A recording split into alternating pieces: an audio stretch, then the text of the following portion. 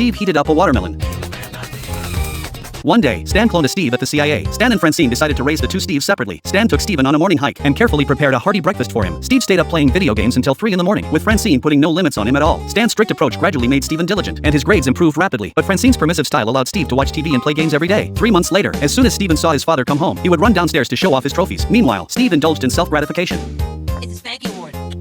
That's right. You got it for pulling it 11 times in one day. 13 to count those loads. Stan mocked Francine for failing at parenting. Stan discovered something unusual in the basement. It was dirty and messy. Steven was nowhere to be found. Only a letter saying he had run away from home. Soon after, Stan and Francine realized that Steven hadn't actually left the house. He had disguised himself as Steve and continued living there, and had kidnapped the real Steve. The two followed the clues, and eventually found Steven hiding in a factory filled with cats. Steve was locked in a cage. Steven tried to kill Steve. Stan fought him fiercely. Francine freed the imprisoned cats, and the kittens began their revenge. They finally managed to rescue Steve, but Steve remained as arrogant as ever. Steven Smith, I am your mother. You don't get out of that cage, I will put you back on my cloud hole and birth you again and name you my bitch. Now get out of that cage. The Smiths finally realized that raising a child requires balance. Suddenly, Steven reappeared, trying to kill Steve. The two began to run. Stan shot Steven with a gun. As the Smiths left, Steven was still alive. He faced off against a cat, both of them eyeing the gun.